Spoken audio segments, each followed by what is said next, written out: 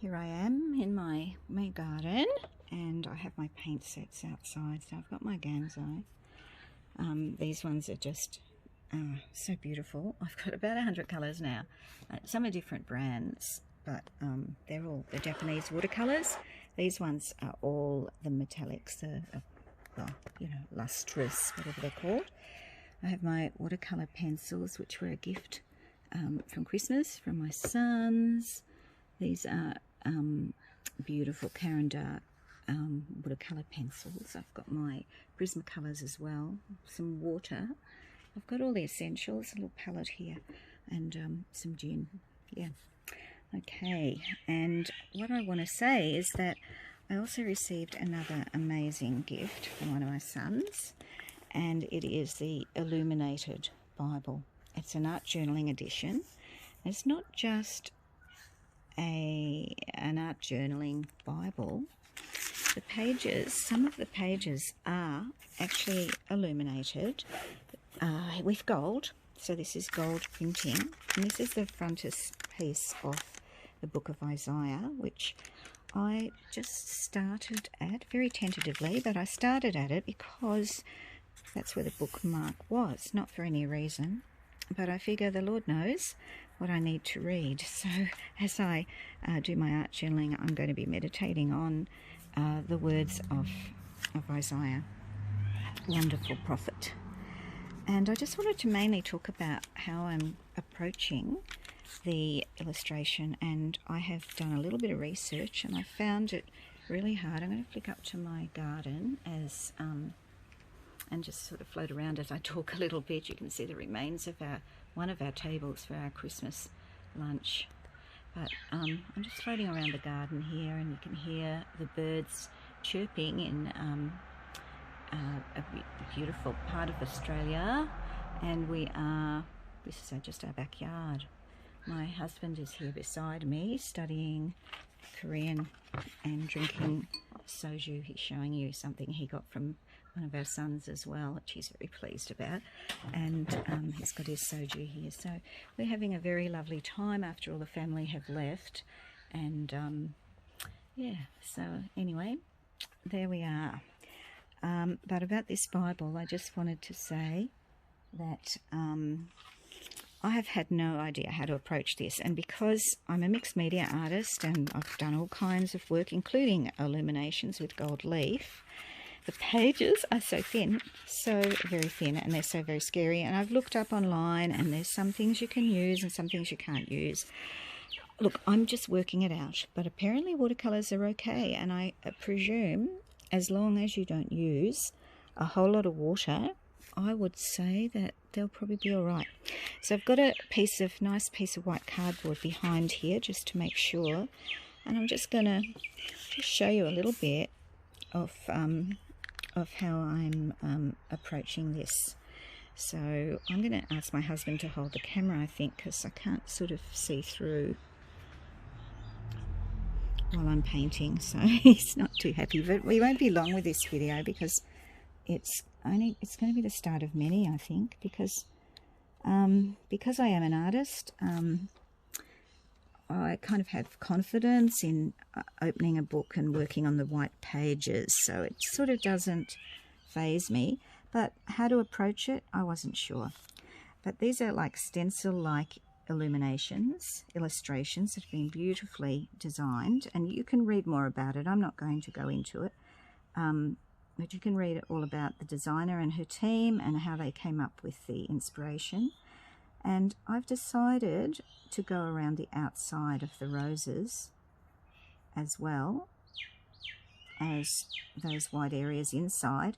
And where the whites are here, I'm going to use more of a darker pink. So I'm just painting with a very fine brush. This is one I picked up at Pigment in Japan when I was there last year. Very beautiful brush. I'm using a palette, and I'm just picking up these colours, and I'm just painting around the outside area, leaving the inside dark, because as roses close up in the middle, they would become darker because the petals are denser. So I'm just going to continue to paint on like this, and I'm going to turn the camera off in a second for two reasons. One reason is that my daughter is desperately wanting to come out the back door and see me, and I really love her and I want to catch up with her. But oh, there's a new cat in our backyard. There you go, look, that's not one of ours. Ours aren't allowed out under the chair. Yeah, I know, I saw it. Yes, it's there. Oh, pss, pss, pss, pss, pss. Oh, interesting. Anyway, let's just not get too distracted. But I'm just going to go around all of these and around these little buds as well. And then I'm going to come back with the darker ones. So I'll switch the camera off for now, and I'll show you what I'm continuing to do later on. Okay, I finished here all the pink anyway, and it's a very light pink. In this set, it's this colour pink. Now, where are we going? Let me see. Just trying to get the focus here. Oh, yes, this one. That one. So it looks quite dark on camera, but it is quite pink, and on the palette it's quite pink. And there it is. And there's the lovely green that I've used for the leaves. So as you can see, I've used it very lightly, not a lot of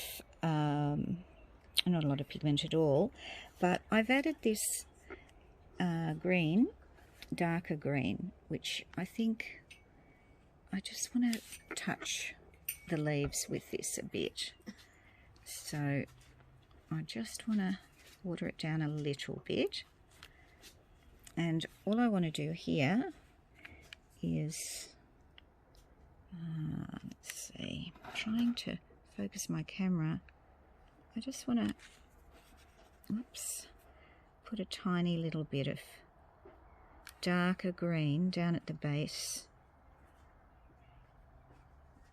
of those leaves, and I think that's just going to give it just a tad more life, because to me the leaves looked a bit insipid. So I will finish all of that, but I also want to pick up a darker pink, so I'll have to choose a pink from where I've sorted my other box. And I think, let's see, I don't know, maybe this is quite a vibrant pink, this one. It's like a hot pink. What colour is that? Alright, so this might have been one that I bought in Japan. Not sure if it's the Gansai or another brand, but anyway, this is it's a beautiful pink, beautiful dark pink. And you can use any watercolors. You do not have to use what I'm using. You can use anything, even like a child's paint set, and mix colors. It's perfectly fine. And you just have to be brave enough to start. And I think, you know, the main thing is just don't put too much water on the page. That's what I'm thinking. Like I said, I've got a piece underneath. I've now got a piece of photocopy paper on this side to rest my hand on. And I'm gonna just do these darker bits inside.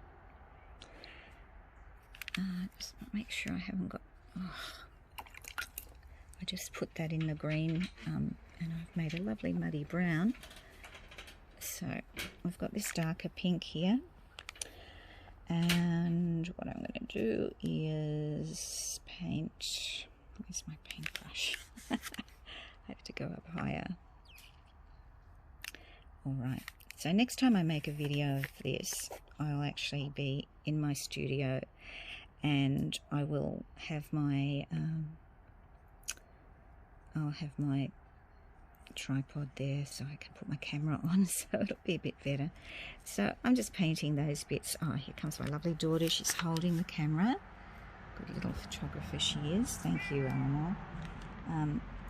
So I'm just painting in there, in around the darker section, the sort of the inside sections where it would be darker, and you can see that immediately adds depth. Even just a touch of bright or dark will lift the whole page, really. So you can see where I'm heading with this. And look, I'm not being absolutely perfectly precise in making sure that I only get on the white and not on the gold, because that's just ridiculous. I want to really enjoy this, and I want to, you know, we're going to be looking at the whole thing, not just every little tiny detail. So just do the best, and if you've got a good brush, that really is what does make a difference. So a few of those inside petals, you can see how that's lifted now, and I'll go back with the green on all of these, and I'll add a little bit of depth to the blue and maybe some of the more shiny kind of colours for the water, and then I'll decide what to do next. So yeah, I'll just do a little bit more of this, and then I'll turn off the camera again and show you what I've done when I've finished. And now the mozzies are biting. I can feel it. My husband's desperately trying to set up a citronella candle. He's whispering, "I won't be long." But you know what I'm wondering is, you know, how much I can paint in the light, because that sun is going to be setting pretty soon, and I think I'll be moving inside. But look, this is just, I'd love to say this is the first of many videos as I illustrate this Bible. Like I said, it is already illuminated with these beautiful gold pictures. And it was a big surprise for me because I didn't even know anything like this existed. But I am so thrilled to get it after doing a lot of medieval painting myself and just loving the whole concept of an illuminated Bible that you can pass on for generations to come. It is wonderful. So I'd like to keep painting, so I might be putting up YouTubes for a while. So I do hope you follow me, and if I can be of help, that's just what I'd really like to do, because I've been searching, trying to find what other people have done with this type of Bible, and I haven't really found that much. So yeah, maybe I can help in the community too. Okay, bye for now. Hello, here's my palette. So these are all the colours. They look a little bit bright now, but the gold is just, oh, I love the gold so much. Here we go. See how it's almost done.